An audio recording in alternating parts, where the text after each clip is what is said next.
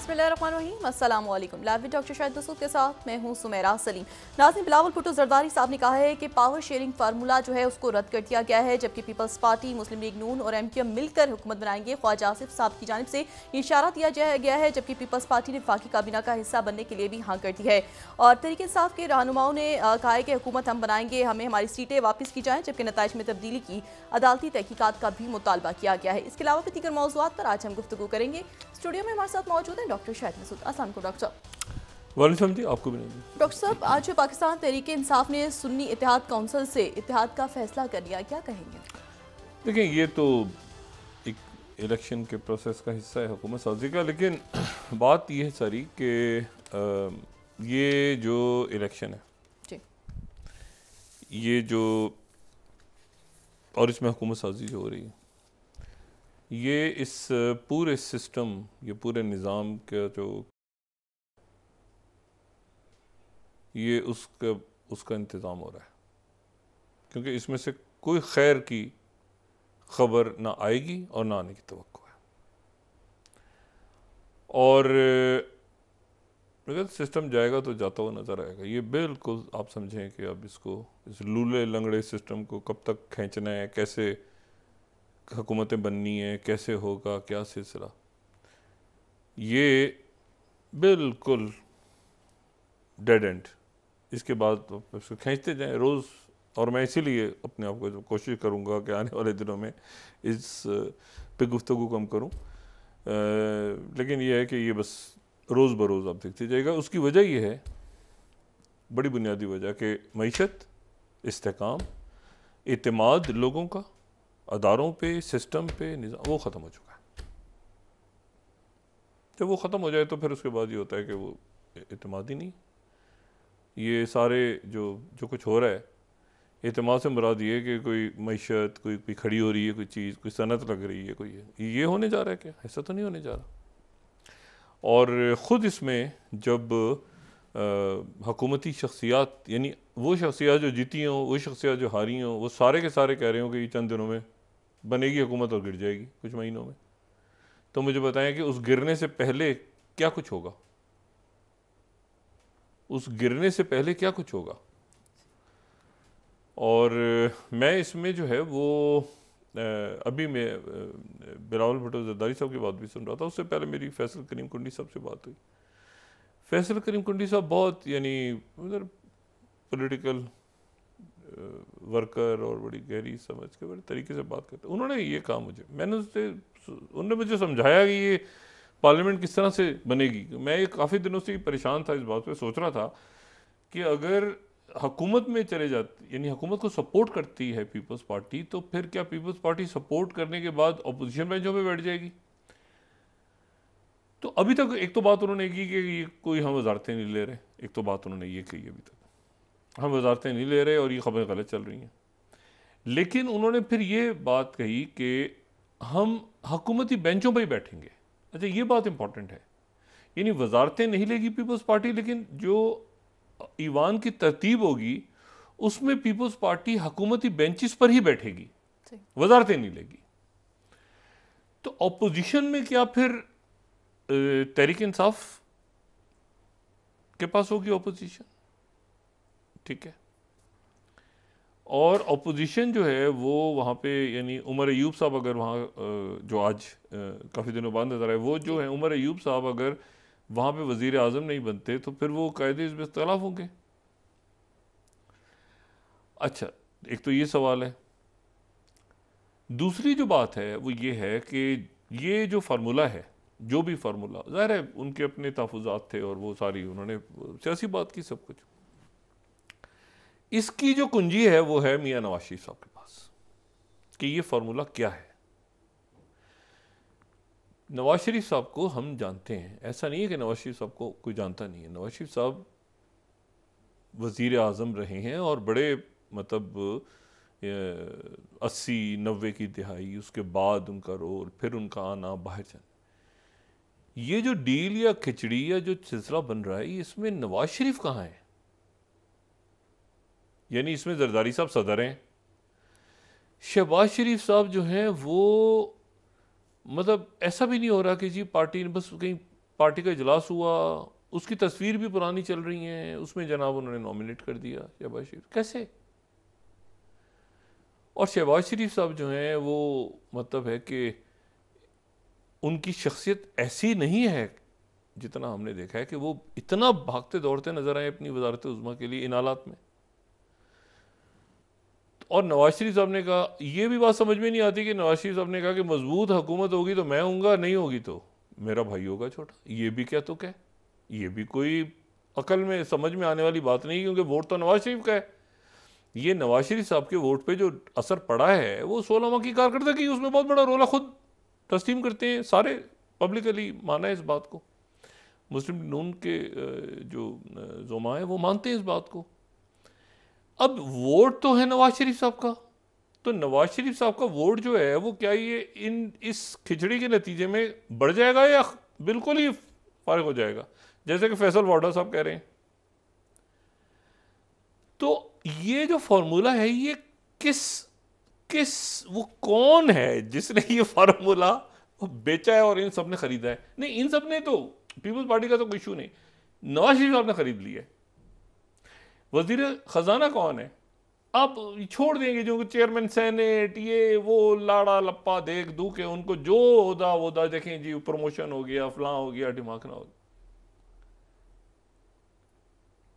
तो एक ज़माने में, मैं क्या, मुझे बात याद आ गई, एक ज़माने में ये होता था कि एक जगह हम जॉब करता था, प्रमोशन हो जाती, तनख्वाह कम हो जाती थी। मैं कहता थी कैसा प्रमोशन हुआ है? कहते थे देखा नहीं आप इस पोजीशन पे चले गए, सज़ा कम, छोड़ दें, सैलरी को छोड़ें, पोजीशन तो देखो। कहता ये क्या, अच्छा। तो यानी उनकी पोजीशन आप जो भी कर दें, इसहाक डार साहब को चेयरमैन सेनेट बना दें, उनको कोई पता नहीं कोई डिप्टी प्राइम मिनिस्टर कुछ बना दें, क्या खजाना उनके पास जा रही है? क्या वजारत खजाना इसहाक डार संभाल रहे हैं या नहीं? जी इसहाक डार साहब के लिए कोई बड़ा हमने वो जबरदस्त कोई उनको जनाब पता नहीं क्या बना देंगे। वो भाई ये क्या, ये जो है यानी कोई भी शख्सियत आती है बड़ी मुनासिब, आयशा गौस पाशा साहिबा हैं और भी शख्सियात आ सकती हैं, लेकिन इसहाक डार साहब का फिर क्या लारा दिया जाएगा कि क्या बना दिया गया उनको, और किस कारकर्दगी की बुनियाद पे उनको प्रमोशन देकर उनका महकमा ले लिया गया? ये जो है ना, हमारे बड़े दोस्त भी हैं, भाई भी हैं, और जो एडिटोरियल पेज है जंग का, उसको वो एडिट भी वही करते हैं, सोहेल वड़ाई साहब। उनका है ये कंपनी नहीं चलेगी। पहले तो ये कंपनी बन कैसे रही है? ये क्या, ये कैसे हो रहा है कि पकड़ के सबको बिठा के, इतना टाइम है, ये अफवाहें, इस्लामाबाद भरा हुआ है, मैं अफवाहें नहीं, लेकिन अफवाहें जो हैं वो चूंकि रहनुमा कह रहे हैं सारे बैठ के, यानी वो ऑफ द रिकॉर्ड में महफिल में बात हो रही है कि जी मैं कहा गया ये बस पीर की शाम तक कल ने, वरना जो है ना सबके सब फारिग हो जाएंगे। अरे क्या, ये कैसे पकड़ पकड़ बिठा, कौन बिठा रहा है? वो कहते हैं ना, मारे भी और रोने भी ना दें, ये कुछ वैसा हिसाब लग रहा है। और उसके बाद साथी वो फैसल वाडा साहब कह रहे हैं कि तो बस गए, ख़त्म, इसके बाद आखिरी दौर, इसके बाद ख़त्म। वो मतलब अब और ये परेशान बेजार बैठे हैं, फैसल वाडा साहब को जवाब भी नहीं दे सकते। तो ये क्या हो क्या गया है? और मैं जो बात कह रहा हूं वो ये है कि ये इसमें यानी अगर अपोजिशन इन्होंने दे दी, अगर ये इस तरह से बना कि जी हुकूमत में शामिल हैं, वजारतें नहीं ले रहे, भी आगे जाके हो सकता है, भी नहीं सियासत में वो कोई भी। तो बात यह है कि वो उसमें तो फिर वहां तो फिर पीटीआई तो इनका बिल्कुल पीटीआई ही होगी फिर, अगर ये फार्मूला बन रहा है तो असेंबली में कि भाई ऑपोजिशन में ये और ये जो है यहाँ बैठ के जो है ये कीमतें और बजट और अफरा तफरी और जनाब मतलब है कि जितना लोग जो भी कुछ होना है आने वाले दिनों में, सख्त असले, पावर, सब चीज़ें वीज़ें सारी सर, तो उसमें मुझे तो बिल्कुल ये हुकूमत साजी जो है ना, और हुकूमत साजी ऐसी जिसमें बिल्कुल अब वो मतलब है कि रोज़ एक कहीं से कोई एक बात निकल आती है। मतलब पीर साहब पगारा ने जो बात की है, जो जुमले उनके हैं, उनसे वो कभी इस तरह की बात उन्होंने गैर संजीदा नहीं की। तो ये इंतशार जो है या क्यास जो है, ये इसको पैदा करने की ज़रूरत क्या थी? एक सवाल ये भी खड़ा हो रहा है ना, इसको ये क्यों? अच्छा, क्या नवाज शरीफ साहब को इल्म था? कुछ लोग कह रहे हैं कि उनको आने से पहले इल्म था कि उन्होंने वज़ीर आज़म नहीं बनना, और बस उन्होंने बस एक आना था और इज़्ज़त से उन्होंने मतलब अपना वोट वगैरह लेना था। ये भी मुझे फार्मूला नहीं डाइजेस्ट हो रहा कि इसके ऊपर वो मियाँ साहब वापस आ गए। और ये बात भी कि शहबाज शरीफ साहब कमज़ोर हुकूमत होगी तो शहबाज शरीफ साहब बनेंगे, ये बात भी कुछ समझ से बाहर है, क्योंकि उसी 16 महीने के ऊपर तो सारा वोट बैंक गया था। और फिर ये बात भी समझ नहीं आ रही कि पीपल्स पार्टी हमायत करने में के बदले में सदर, स्पीकर, गवर्नर, बलोच, ये क्या कैसा फार्मूला है ये? और कहाँ तैयार हुए? किस लेबॉर्ट्री में तैयार हुआ है? क्योंकि इसमें और इसको नहीं चले, हजार चीजें होती हैं, डायलॉग चलते हैं, बात चलती है, इसको खरीद कैसे ली है मुस्लिम लीग नून ने? और तहरीक इंसाफ को आप एक तरफ साइड पे कर देना, इसको मुस्लिम लीग नून ने कैसे बाय की है कि नवाज शरीफ साहब के केसेस खत्म है, वो अहल हो गए हैं, वो अगर असेंबली में जाके बैठते हैं या वो सामने आके जरदारी साहब से बात करते हैं कि भाई ऐसा है कि आप चले वजीर आजम ने, मैं सदर बन जाता हूं, देखिए ना, ये तो फिर समझ में आती है ना बात कि वो कहें कि जी आप ऐसा करें कि बिलावल को बना दें वजीर आजम, मैं सदर बन रहा हूं, नवाज शरीफ सदर बन के बैठ जाए। ये भी नहीं हो रहा। मतलब मुस्लिम लीग नून ने ये क्या किस उस पर खरीदा है ये फॉर्म? ये जो है ना, ये एक मिस्ट्री है।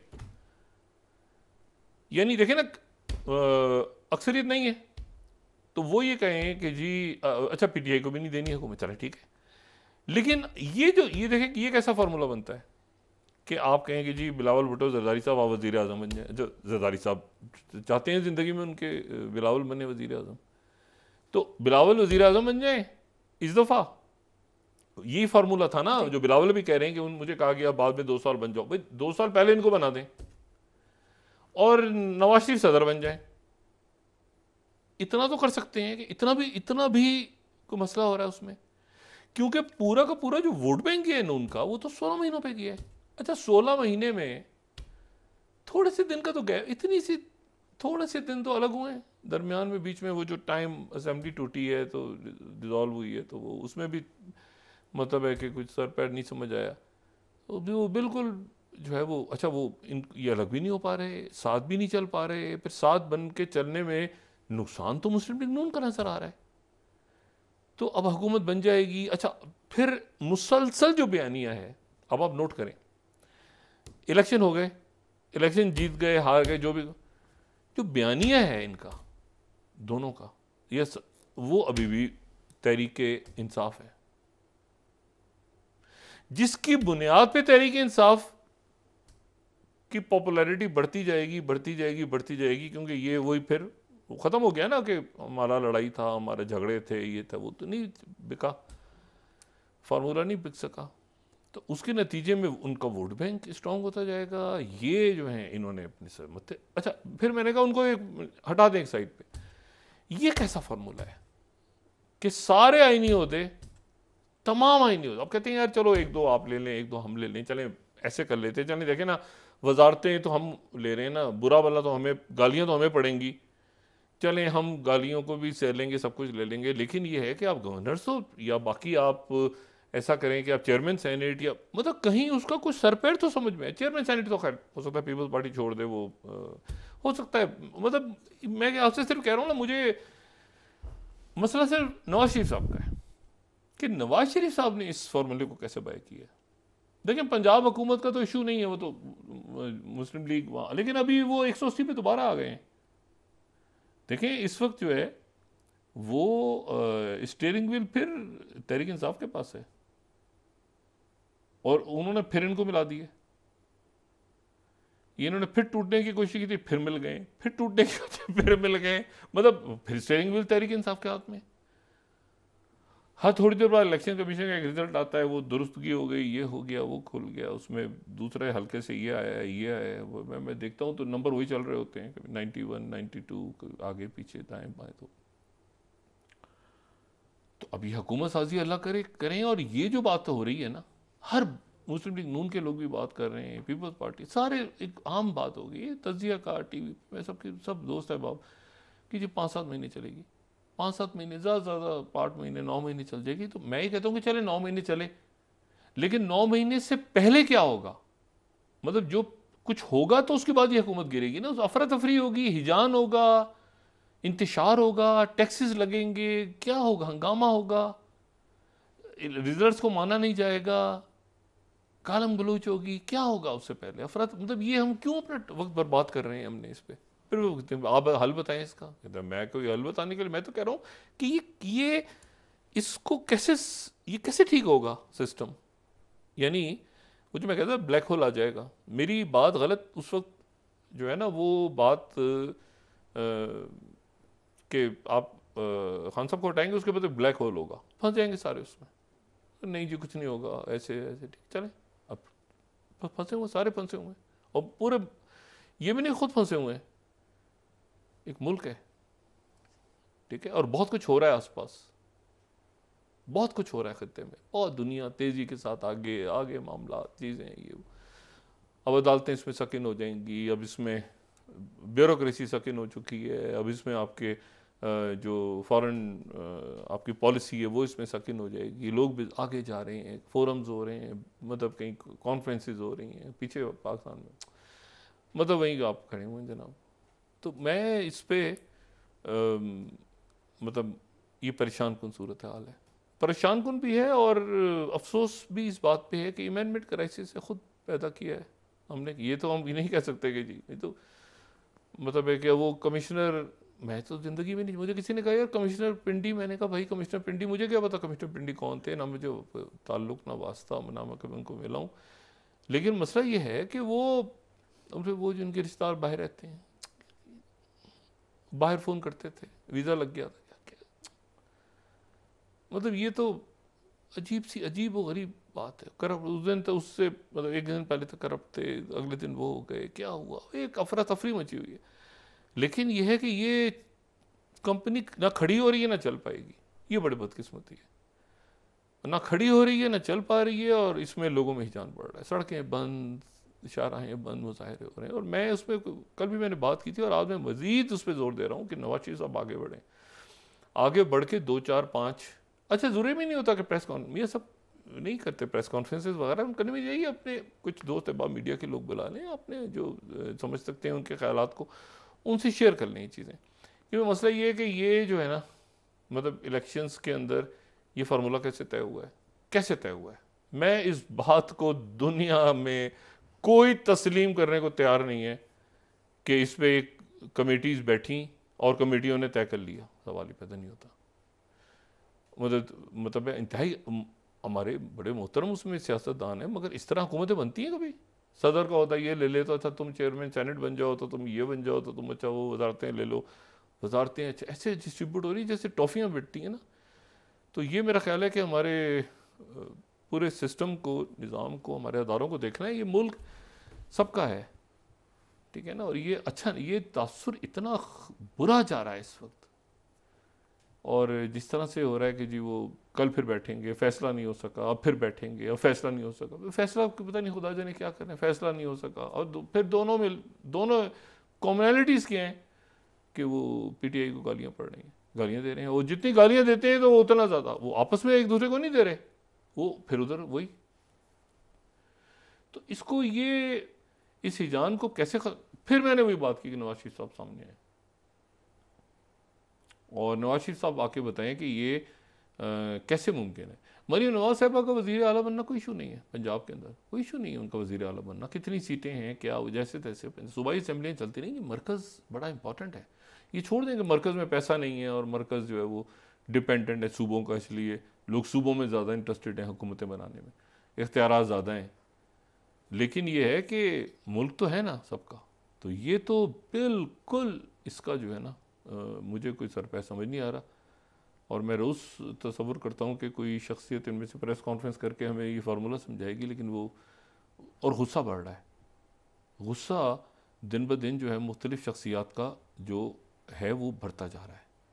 और कमाल की बात है कि पीटीआई का गुस्सा ठंडा हो रहा है, इनका गुस्सा हुकूमती शख्सियात का बढ़ रहा है। पीपल्स पार्टी का नहीं बढ़ रहा, मुस्लिम लीग नून के जो ज़रा कूल थे ना पर्सनैलिटी, उनका गुस्सा बढ़ रहा है। गुस्से की भी साइकोलॉजी है, गुस्सा क्यों आता है इसकी भी साइकोलॉजी है ना। कोई आदमी ऑफिस में आए, दफ्तर में आए, और आते ही वो गिलास तोड़ना शुरू कर दे, 5-7 गिलास तोड़ के मेज़ वेज़ गिरा दे गुस्से में आके, तो इससे पता ही चलता है कि पीछे कहीं डांट पड़ी है या कोई गड़बड़ हुई है, जो गुस्सा जो है वो गिलासों पे उतर गया। भाई गिलास तो अपनी जगह कुछ भी नहीं था, ऑफिस था, आराम से लोग कह रहे हैं क्या हो गया भाई इसको आज। तो इस तरह की कुछ सूरत हाल डेवलप हो रही है। मियाँ साहब को आना चाहिए, ये नीचे बात करते रहेंगे, कोई इनको ना कोई सीरियस लेता है ना इनकी बात। मियाँ नवाज शरीफ साहब को बाहर सामने आके बात करनी चाहिए, और उनको सामने भी नहीं, लेकिन वो एक अपने सर्कल में बताएं कि वो वज़ीर आज़म क्यों नहीं बन रहे। और उन्होंने ये अब हर बात पे ये है फितना है सरकरम, ये को बातें करने वाली, तो ये खुद आके बात करें मियाँ साहब अपने अपने अहबाब से, और वो मीडिया उसको कोट कर दे उसी तरह से, और उसके बाद ये आगे मुल्क को लेके चलें। अच्छा, ये मैं जो बात कह रहा हूँ, मैं कोशिश करूँगा कि अपने आप को डिस्टेंस करूँ लोकल पॉलिटिक्स से, लेकिन बात वही है ना, सिस्टम जब जाएगा तो जाता हुआ नज़र आएगा। चला गया एक्चुअली, लेकिन अब ये कि बस इसको सर पे लेके घूमेंगे हम सब, जितने दिन घूम सकते हैं लेके। अच्छा, फिर उसके बाद दूसरी जो बात है वो ये है कि मामलात खित्ते के ख़राब हो गए हैं, बहुत ज़्यादा, पहले से भी ज़्यादा ख़राब हो गए हैं पिछले 24-48 घंटों में। और कोई अच्छी खबर आने वाले दिनों में रीजन के हवाले से जो तवक्कुआत थी कि कुछ बेहतरी निकलेगी, वो हमें निकलती नज़र नहीं आ रही खित्ते में। अब वक्फा लें, उसके बाद बात करते हैं। नाज़रीन, वापस आते हैं एक छोटे से ब्रेक के बाद।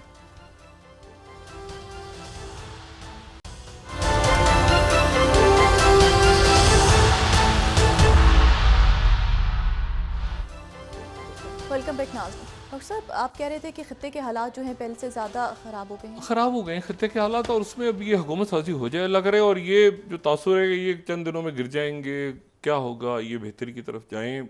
लेकिन वही मैंने बात बताई ना कि वो पहली ईंट अगर सही रखी जाए तो ये सर पैर इसका समझ नहीं आ रहा इस हुकूमत साजी का।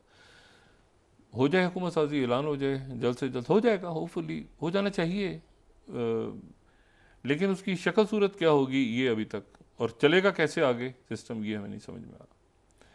अच्छा, इसमें जो है दूसरी बात इम्पॉर्टेंट जो मैं कह रहा हूँ ना खित्ते के हालात और वाक़यात, वो ये है कि एक उम्मीद सी थी कि ये शायद जो पेरिस के अंदर माहिदा हुआ है ना, जिसमें अमेरिका, कतर, इजिप्ट, ये गज़ा के हवाले से और 2 स्टेट सोल्यूशन के हवाले से, जिसमें सऊदी अरेबिया और टर्की और ईरान और पाकिस्तान और OIC और सारे मुल्क और अमेरिका, ख़ुद यूरोप, तो ये बात आगे बढ़ेगी।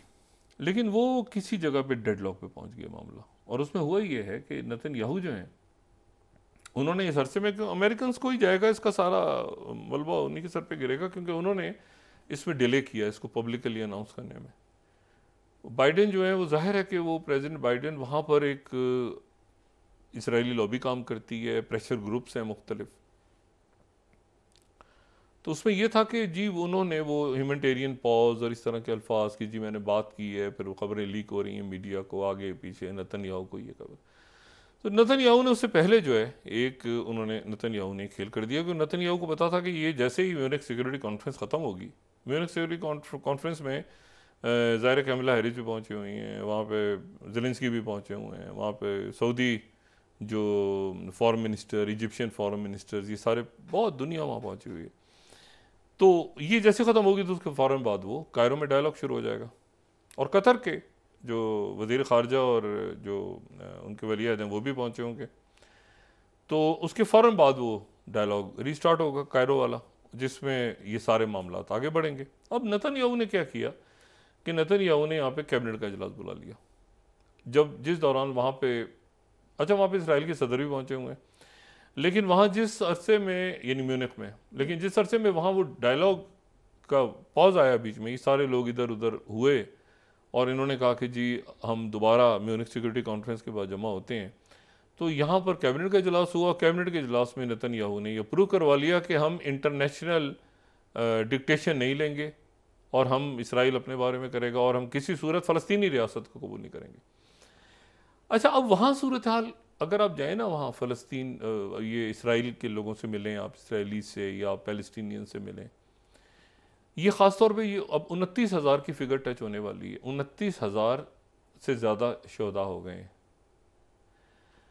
ये इतना इतना इतनी नफरत बढ़ चुकी है और इतना अदम, ये पहले शायद नहीं था कुछ अरसे पहले तक, लेकिन अब जो है ना वो बहुत अरूज पे है नफरत। और इस बात को कोई मानने को तैयार नहीं है कि ये पुरसकून अंदाज में मामला हल होगा, क्योंकि इसके दौरान इस दौरान जो है वो ख़ास तौर पे ये जो बातें आती रहीं कि जी वो 2000 पाउंड वजनी बम गिराए गए, बच्चे मर गए, औरतें मर गई, सारा, और ये जनाब पता ही नहीं था। अच्छा जी, ग्राउंड ऑफेंसिव की इजाज़त नहीं दी थी, हमने दी थी, उसने नहीं दी थी, हम रोक रहे हैं, अभी रोको, ये रोको। तो अब कुछ किसी पे ट्रस्ट करने को तैयार नहीं है।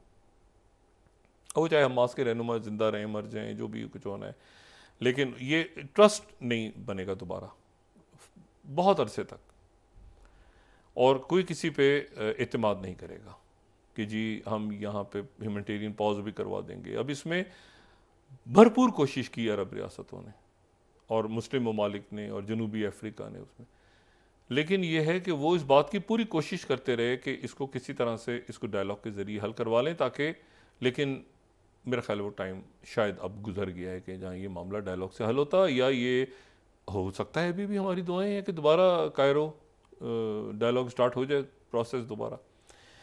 लेकिन उसमें जो इशू ये है कि जब काहिरा की तरफ से कहा गया कि जी आप ये बात जो है ये इस माहदे के ऊपर आगे अमल करें, वरना, और आप रफ़ा की तरफ ना जाएं, रफ़ा के ऊपर जाहिरियत ख़त्म करें, वरना जो है हम आपके साथ वो एग्रीमेंट ख़त्म कर देंगे 79 वाला, जिसके नतीजे में आपकी जनूब को एक तहफ़्फ़ुज़ मिलता था हमसे, उसको भी वो कहते हैं ठीक है जो होना हो जाए। और ये मैं यहाँ पे आज इनका ओपेड बड़ा इंटरेस्टिंग है कि जो 12th स्लाइड हमारी, जो हार्ट्स वाले लिख रहे हैं वहाँ पे, along with future normalization, Israel is also willing to risk existing peace deals, जो ऑलरेडी मौजूद हैं माहदे, उनको भी इसराइल कह रहा है कि ख़त्म करने तो ख़त्म कर दो। अच्छा, ये नॉर्मलाइजेशन तो दूर की बात है, इसको भी ख़त्म कर दो जो पहले से मौजूद है, यानी उर्दन के साथ है या अरब ममालिक के साथ माहदे जो एब्राहम अकॉर्ड में, वो जो करना है कर दो, नॉर्मलाइजेशन सवाल ही पैदा नहीं होता। 2 स्टेट सोल्यूशन जो है वो आउट ऑफ, और टाइम्स ऑफ इसराइल में कोट कर रहा हूँ, सेकंड नेतन्याहू सेड, ये कैबिनेट से उन्होंने इजलास किया, सेकंड स्लाइड, कि ये हम इस पे पूरी कैबिनेट इकट्ठी हो गई, ठीक है। और फिर सेकंड और थर्ड हम देखें तो कैबिनेट ने ओके कर दिया कि डिक्लेरेशन रिजेक्ट करके unilateral recognition of Palestinian state. अच्छा, अब इसमें जो इशू ये है सारा कि अब यहाँ पे व्हाट नेक्स्ट, अब क्या होगा। 30,000, यानी उस वक्त जब ये बात चली थी ना, तो उस वक्त मेरा ख्याल है कि 1000, 2000, 1500 शहीद हो गए थे, 2000, 2500, 3000, तब उस वक्त से ये चलते चलते चलते चलते 30,000, 29 और 30,000 के करीब शहीद हो गए लोग, और इसराइल को रोका नहीं जा सका। अब सवाल ये है कि इसकी जिम्मेदारी अब कौन लेगा। फ्रांस दरमियान में आया, उन्होंने पूरी कोशिश की, बरतानिया ने कोशिश की सीज़ फायर हो जाए, कई मुल्कों ने कहा हम तो तस्लीम कर लेंगे, उनको रोका गया नहीं, आप ठहर जाएं, डायलॉग चलेगा आगे। अच्छा, अब कतर में जो है वो अमीर कतर का जो बयान है ना, जो कतर के जो वज़ीर ख़ारजा, उनका जो बयान है, और जो दरमियान में थे, मैं ये 9th स्लाइड कोट कर रहा हूँ कि वो ये कह रहे हैं, अल जज़ीरा के कतर के प्राइम मिनिस्टर ने कहा है कि Hamas Israel talks not very promising. वो इन्होंने कभी इतना डिसअपॉइंटिंग बयान नहीं दिया, हमेशा कहते रहे कि मामला आगे बढ़ेंगे, पहली दफ़ा, और इन्होंने बड़ा कलीदी किरदार अदा किया है, कतर ने बहुत कलीदी रोल प्ले किया।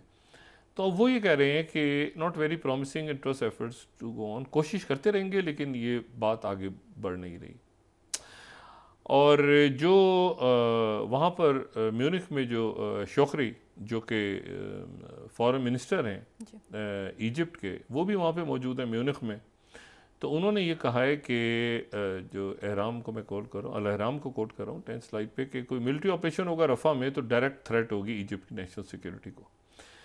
अच्छा, अब इशू ये है सारा कि वो तो रफ़ा में करने जा रहे हैं ऑपरेशन, बल्कि उन्होंने तो यहाँ तक कहा कि हमारी टॉक्स चलेंगी, मुज़ाकरात, हम यहाँ पे ना रफ़ा पे ऑपरेशन को रोकेंगे, ना फ़ौजें वापस बुलवाएंगे, और ना यहाँ कोई दूसरी फ़ौज आएगी। हम तो ये करते रहेंगे, टॉक्स चलती रहे, लेकिन हम कार्रवाई नहीं रोकेंगे। सीज़ फायर का सवाल ही पैदा नहीं होता, और इस दौरान अगर किसी ने मदद वगैरह देनी तो हमें दे दें, हम अंदर पहुंचा देंगे लोग। अच्छा, ये वो तमाम का तमाम, यानी आप समझें कि दोबारा प्रेसिडेंट बाइडेन बात कर रहे हैं, ये बहर अहमर की सिक्योरिटी उनसे रिलेटेड है। ये जो देखें, सेक्रेटरी ब्लिंकन ने बहुत कमिट किया है लोगों से। सेक्रेटरी ब्लिंकन जो बात करके गए हैं, तो सेक्रेटरी ब्लिंकन कमिट करके गए हैं। और ये सेक्रेटरी ब्लिंकन का बड़ी अजीब सी बात है ना कि आप दोबारा आए, आप सऊदी अरेबिया में मिले, आप जॉर्डन में मुलाकात हुई, कतर में हुई, इजिप्ट में हुई, हर जगह आपने कहा कि ठीक है ये। फिर उसको मोसाद का चीफ आया, फिर शिनबेत का चीफ गया पेरिस में, फिर वो CIA के चीफ, वो सारा होते होते होते होते आखिर में नेतन्याहू कह रहा है कि जी हम तो नहीं मानेंगे और हम तरफा पे करेंगे, और बाइडेन भी उनको गालियां दे रहे। ये वही बात है कि मतलब ये अब मज़ीद इसको बर्दाश्त नहीं करेंगे। यहाँ तक बात हो गई थी कि जी सिक्योरिटी का इशू है तो वो अमेरिकन प्रेजेंस ज़रूरी है, और बात ठीक भी है। वो बहुत अफरा तफरी फैल जाएगी, एकदम से अमेरिकन विड्रॉल होता है अगर यहाँ से इराक से, और तो वो भी सारे रुक गए। ईरान ने भी थोड़ा सा कहा कि हम ठीक है, अब ये बहर अहमर में हुतीज़ भी रुके, ज़रा सब रुके, ज़रा एक ठहराव सा आया। अब लेकिन ये है कि कल से मामलात फिर दोबारा ख़राबी की तरफ वहीं से, और उसमें ये ज़बान दे के गए। और सेक्रेटरी जो प्रेसिडेंट बाइडेन है, उन्होंने साथ खड़े करके शाह अब्दुल्ला को कहा, किंग अब्दुल्ला ऑफ जॉर्डन, वो ख़ास गए वहाँ। वो किंग अब्दुल्ला, और उन्होंने क्या, वो क्यों गए थे वहाँ? वो इशू ये था कि गज़ा के ऊपर आप बात करें। वो वहाँ गए, उनके साथ फर्स्ट लेडी क्वीन रानिया थी, और बाकी सारे उनके सामने खड़े होकर वो वाइट हाउस का एलामिया, सारी बातें, 2 स्टेट सॉल्यूशन इसराइल ने अब कर दिया कि कैबिनेट हमारी ओके कर चुकी है, ये कर चुका है, वो। अच्छा, मुजाहरे हो रहे हैं बहुत ज़्यादा नेतन्याहू के ख़िलाफ़, लेकिन इन मुजाहरों का ताल्लुक वो जो जुडिशल उसने जो अदालतों से इख्तियारात ले लिए थे, वो उसके ऊपर फिर मुजाहरे शुरू हो गए हैं। लेकिन मतलब मैंने कहा ना, क्योस फैला हुआ है इसराइल में। इस क्योस में वो हल हंगामा, ये इसके अंदर अगर जंगबंदी नहीं होती 2-3 रोज़ में, देखिए म्यूनिख में तो बुरी खबरें थी, 2 इश्यूज थे डिस्कस हो रहे थे, तो दोनों की तरफ से बुरी खबरें थी। एक तो ये खबर कि वो रशिया जो है, वो रशिया के हवाले से, और वो भी जो कल हमने बात की थी कि उनका अवदेवका का जो ईस्टर्न यूक्रेन, ठीक है ना, जो दोनबास के इलाके से ऊपर जो है, तो वो शहर गिर गया, और गिरने से मुराद ये कि वो चला गया, सरेंडर हो गया फ़ौज उनकी यूक्रेन के पास। और प्रेसिडेंट बाइडेन के अब ये इलेक्शन ईयर शुरू हो गया है। प्रेसिडेंट बाइडेन को लेकिन ज़रा थोड़ी सी इस वक्त लीडरशिप क्राइसिस इतना ज़्यादा है पूरी दुनिया में कि आप देखें कि अमेरिका को सदर नहीं मिल रहा। यानी उनके पास एक ऑप्शन ट्रंप है, दूसरा ऑप्शन जो है वो बाइडेन है। और दोनों के साथ नायब सदूर की पोस्ट बड़ी इंपॉर्टेंट होती है। कौन होगा अभी तक यही नहीं पता। ट्रंप का नायब सदर कौन होगा ये हमें नहीं पता, उधर से कौन होगा वो बात की बात है। पहले तो ये हमें देखें कि लीडरशिप क्राइसिस पूरी दुनिया में कितना ज़्यादा हो चुका है, और इस लिहाज से यूरोप लकी है। यूरोप के अंदर आपको यंग जो लीडरशिप है, चाहे वो ख़वातीन हो चाहे वो हजरात हों, आपको नज़र आते हैं, और बड़े प्रॉपर नज़र आते हैं। कई अरब मुल्कों में भी आप उनके जो वज़रा देखें ना, UAE के अंदर, सऊदी अरेबिया में, तो आपको यंग मिनिस्टर्स बड़े ज़बरदस्त किस्म के कम्युनिकेशन स्किल्स, उनके लीडरशिप बात करते हुए कंपोज, ये यहाँ पे बड़े अच्छे ग्रो कर गए। लेकिन आप पाकिस्तान का तो जिक्र ही ना किया जाए ना, फ़िलहाल तो बेहतर है। बहुत से लोग कहते हैं पाकिस्तान डिस्कस क्यों नहीं करते, बाहर की दुनिया डिस्कस क्यों करती है। उनको वजह समझ में आनी चाहिए कि हर आदमी का जो है ना अपना एक दिमाग होता है। मैं अपना इन चीज़ों में अपने आप को ज़्यादा अपना दिमाग नहीं ख़राब करना चाहता। और बड़ी बदकिस्मती है कि जो कुछ हो रहा है और आप कोई बात कह नहीं सकते सिवाय इसके कि ये जो आपकी फ़ॉरेन पॉलिसी की अचीवमेंट्स हैं। मैं आपको ये बात बताऊँ, फ़ॉरेन पॉलिसी की जो अचीवमेंट्स हैं ना, ये फ़ॉरेन पॉलिसी की अचीवमेंट्स आपकी मईशत से लिंक्ड हैं, और मईशत लिंक्ड है सिक्योरिटी के साथ। और ज़रा सा ऑलरेडी बहुत सारी चीज़ें डिलेड हैं, बहुत सारी चीज़ें, लेकिन अगर ये उछल कूद जारी रहती है ना, अभी ये हम अपने आप को एज अ पाकिस्तानी स्टेबल नहीं करते अपने इंटरनल केओस को, तो सारी चीज़ें इंटरलिंक्ड हैं आपस में, वो सारी की सारी चीज़ें जो है ना वो डिस्टर्ब होनी शुरू हो जाएंगी। फिर आप मुझसे ये कहलवाएंगे कि पाकिस्तान अपनी फॉरेन पॉलिसी बड़ी ज़बरदस्त है जी खत्ते में। अभी तक ठीक है, अभी तक मेरी बड़े बड़े टर्मोइल से हम प्रॉपरली निकल आए हैं, लेकिन आने वाले दिनों में दुनिया देख रही है ना इन्वेस्टमेंट्स आपकी, आपके प्लान क्या हैं आपके अंदर है, मतलब है कि हर चीज़ इन्वेस्टमेंट्स होनी है तो कहाँ पे करनी है, क्या करनी है। अब 100 उनसे कहते रहे आप जाके कि जी वजीर, एक थ्योरी ये भी है कि इनके पास कुछ नहीं होगा इन वजीरों के पास। ओ भाई, वजीरों के पास ये शक्लें तो होंगी ना, तो वजीर तो होंगे ना वो। अब ये भी एक थ्योरी यहाँ नहीं चल रही है ना इस्लामाबाद। मैंने कहा ना, मैंने कह रहे वो तो पावरफुल मिनिस्ट्री है, नहीं पावरफुल नहीं, वो ऐसे ही होंगे। ओ भाई ये क्या है, ये इसको बहरहाल एनीवे। तो अब अच्छा, दूसरी बात ये है कि हम इसको तो वहाँ से भी अच्छी खबर। अब ये अगला जो हफ्ता है ये जो स्टार्ट हो रहा है इंशाल्लाह खैरियत से स्टार्ट हो, दुनिया के लिए ये अच्छी खबर लेकर आए, दोनों जगह सीज फायर हो जाए। और ये दोनों जगह सीज फायर होना यानी उसके बाद जिसको कहते हैं ना कि वो 2 स्टेट सॉल्यूशन तक बाद में सीज फायर हो जाए, पहले सीज फायर हो जाए और इमदाद शुरू हो जाए, इसी तरह से यूक्रेन और यहाँ पर सीज फायर हो जाए, फिर उसके बाद फार्मूले बनते रहेंगे, मुज़ाकरात शुरू हों, स्टार्ट हों, आगे किसने क्या गिव एंड टेक कैसे करना है। लेकिन ये है कि अब उनसे हम क्या कहेंगे सीज फायर, वो कहते हैं तुम्हारे यहाँ तुम लोग अपना आपस में लड़े जा रहे हो तो हमसे क्या कह रहे हो हम लड़ाई बंद कर दें। मतलब हम तो अजीब सी सूरत हाल बनी हुई है ना। तो हम ये है कि 12 उनसे मुतालबा करते हैं कि वो आपस में लड़ना बंद कर दें, और अपने आप से हम कुछ नहीं कह सकते फ़िलहाल। ये दुआ है कि अगला ये हफ्ता इस्तेकाम की कोई खबर लाए पाकिस्तान के लिए, गज़ा सीज़ फायर की तरफ बढ़े और 2 रियासती हल जिसके लिए गारंटी दी है पूरी दुनिया ने। नेतन्याहू उनके हत्थे नहीं चढ़ रहा तो ये उनका मसला है जिन्होंने नेतन्याहू की गारंटी ली हुई थी। और तीसरा ये है कि यूक्रेन का मामला ख़राब हो रहा है और उसके नतीजे में उसका अब इम्पैक्ट जो है वो पूरे यूरोप पे पड़ना शुरू हो गया। अमेरिका मुकम्मल तौर पे अब डाइवर्ट कर गया है चाइना से, चाइना ताइवान इधर उधर वो जो सारा सिलसिला था, ये 2 जंगों ने बिल्कुल कहते ना खींच लिए, दोबारा आगे जाते तो पीछे पकड़ के खींच लिए। और ये तो कैलकुलेशन में ही नहीं थी उनकी शायद, ये जो गज़ा की और मिडल ईस्ट की वार है। और लेकिन वो जो वेस्ट जो यूक्रेन की कैलकुलेशन ख़राब हुई है तो वो तो था ही कि भाई माशी पाबंदियाँ लगेंगी, स्विफ्ट से ये कर दो, यूँ कर दो, ऐसे कर दो, ऐसे कर दो, ऐसे कर दो। तो उसके 2 साल उसके भी पूरे हुए, तो वो भी डिस्कस हुआ है, म्यूनिख में कई सेशंस हुए हैं। लेकिन यह है कि ये नतीजा खेज़ कोई सिक्योरिटी कॉन्फ्रेंस नहीं हुई, लोगों ने अपने अपने वहाँ पर अपने अपने मुल्कों के पोजीशंस बताई हैं। और सबसे ज़्यादा मेरे लिए जो तकलीफ दे थी वो इजिप्ट और कतर, और ये वो मुल्क जिन्होंने बड़ी कोशिश की पीस एग्रीमेंट्स की कि ये किसी तरह से पीस की तरफ जाए मामला, उनको फ़िलहाल कोई किसी किस्म की कामयाबी हासिल नहीं हुई। अगला हफ्ता ऐसा है जिसमें पाकिस्तान के हवाले से भी और खित्ते के हवाले से भी हम उम्मीद करते हैं और दुआ करते हैं कि अच्छी खबरें आएँ। बहुत शुक्रिया डॉक्टर साहब। नाज़रीन, इसके साथ ही आज का प्रोग्राम अपने इख्तिताम को पहुंचा। मुझे सुमैरा सलीम को इजाज़त दीजिए। अल्लाह ने के बाद जी डॉक्टर साहब। अपना दोस्तों रिश्तेदारों को धन्यवाद के लूँगा। सब ख्याल रखिएगा। अल्लाह हाफ़िज़।